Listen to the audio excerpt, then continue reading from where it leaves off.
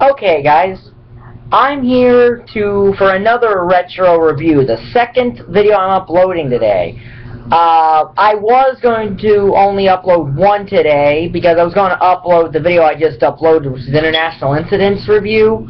I was going to upload that yesterday, but I had internet problems yesterday, meaning that a storm knocked out my internet, so because of that, I'm uploading the video I was going to upload today, as well as the one I was going to upload yesterday. So, this retro review is WCW SuperBrawl I, the very first Super Brawl, which all of them will be their retro reviews. I just don't know if I'm going to do them in the order or not. So, it took place May the 18th, 1991, from the Bayfront Center in St. Petersburg, Florida, which is the same venue that the 1995 Slamboree took place. So, our opening contest: WCW United States Tag Team Championship match. The Young Pistols versus the Fabulous Freebirds. This is for a vacant title.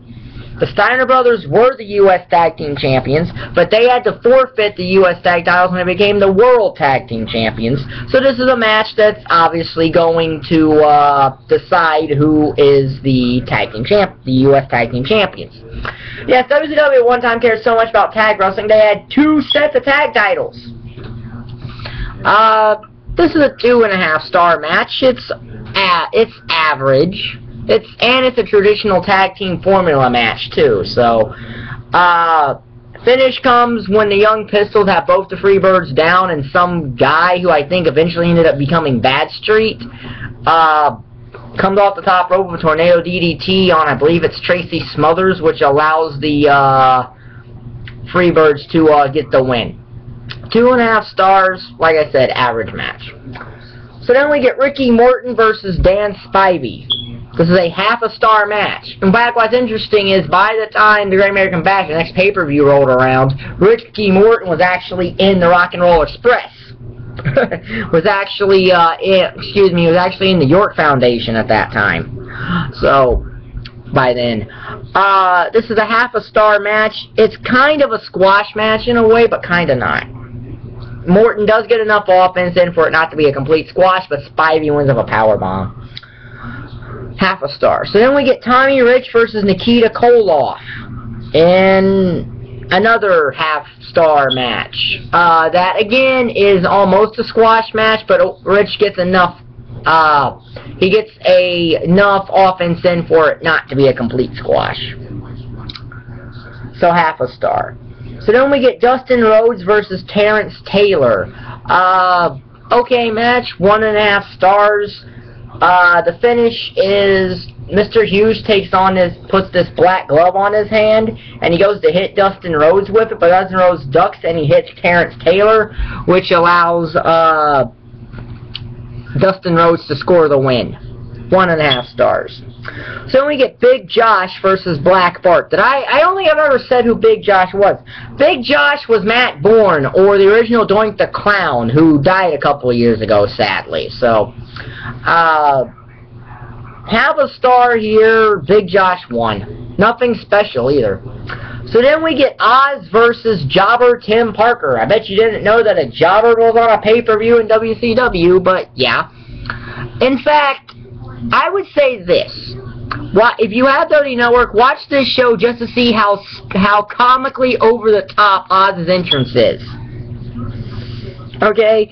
Oz, by the way, is Kevin Nash's very first gimmick he ever had in wrestling. And it was given the character of Oz, which was a character based off the Wizard of Oz. But Oz was the country, not the wizard, so it never made any sense. And on top of that, you got 4 people dressed up as Dorothy, the Scarecrow, the Caroline, and the Tin Man being led to Oz by the Wizard. This whole entrance is really unique, is really stupid, and it's a funny thing about this show that you should probably watch on this show. But anyway, Oz wins in about 20 seconds in a squash match. No stars, obviously. So then we get a taped fist match. Flyin Brian versus Barry Windham. Okay, it's 1 star. It's nothing really special. Barry Windham wins with a superplex. So then we get a stretcher match. And not even the stretcher match like how you put the opponent on the stretcher and you take him to the finish line. No. This is a match that ends by pinfall or submission, but the loser just goes on a stretcher. It's Sid Vicious versus El Gigante. Oh, this should be a classic, shouldn't it? I meant that sarcastically as a joke. This match is horrible. It's no stars. Nothing involving El Gigante or the Giant Gonzalez is remotely good ever. So, yeah. No stars. El Gigante wins with the claw hold. So then we get a Thunderdoom cage match. What's a Thunderdoom cage match? Well, it's essentially the battle of the former Doom inside a cage.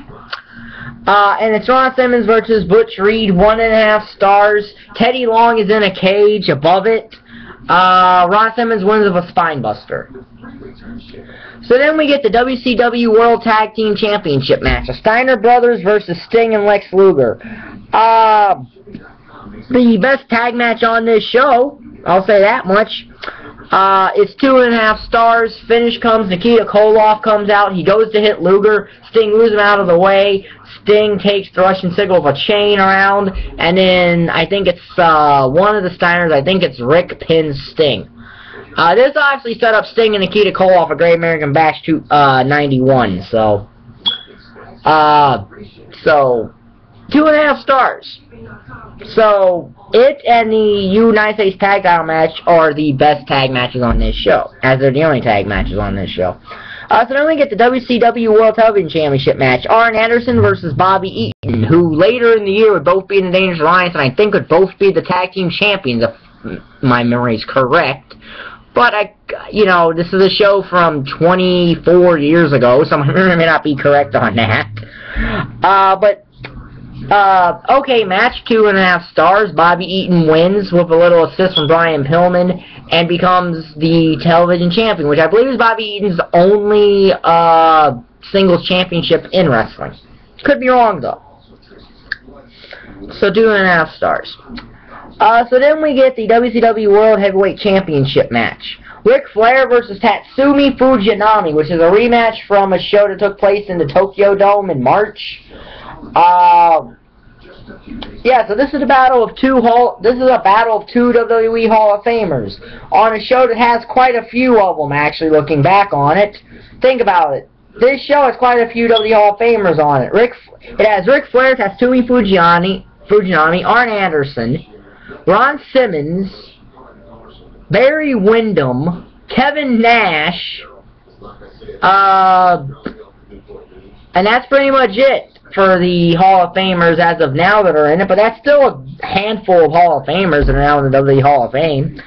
But this is the best match on here. It's 3 stars at the finish, coming when Fujinami butts heads with the Japanese referee, and then I think it's Bill Alfonso counts the 3. Yeah, for those of you who don't know, Bill Alfonso from ECW used to be a referee before he went to ECW as a referee and then became the manager of the likes of Taz, Robin Dam, and Sabu. 3 stars, Flair wins and retains the WCW Championship, a title that, quite frankly, by the Great American Bash 91 was gone because Flair was gone.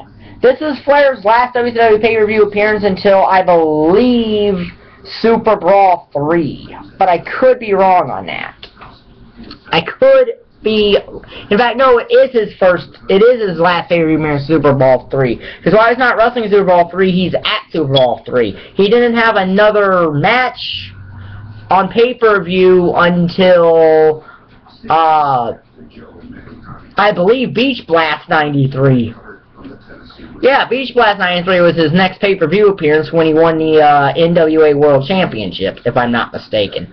So yeah, this is Flair's this is Flair's final pay-per-view for WCW for over a year. So, because he had left and gone to the WWE due to some problems with Jim Herd. So out of 60 stars, because there's 12 matches on this show. So out of 60 total stars, this show gets 14. That's nearly a fifth of its maximum star rating, so that makes it a D-. That makes it a D+, because it would need to get to 30 to even be a C. So it makes it a D+. On the low end of the D+, but a D+. The next retro review, I don't know what that'll be. Most of these retro reviews I just make up. I look at what's on WWE Network. It'll be a WWE show. I just don't know what WWE show. It might be Backlash 2006. I've been wanting to review that because I was at it. So it might be that, but I'll ultimately decide that tomorrow.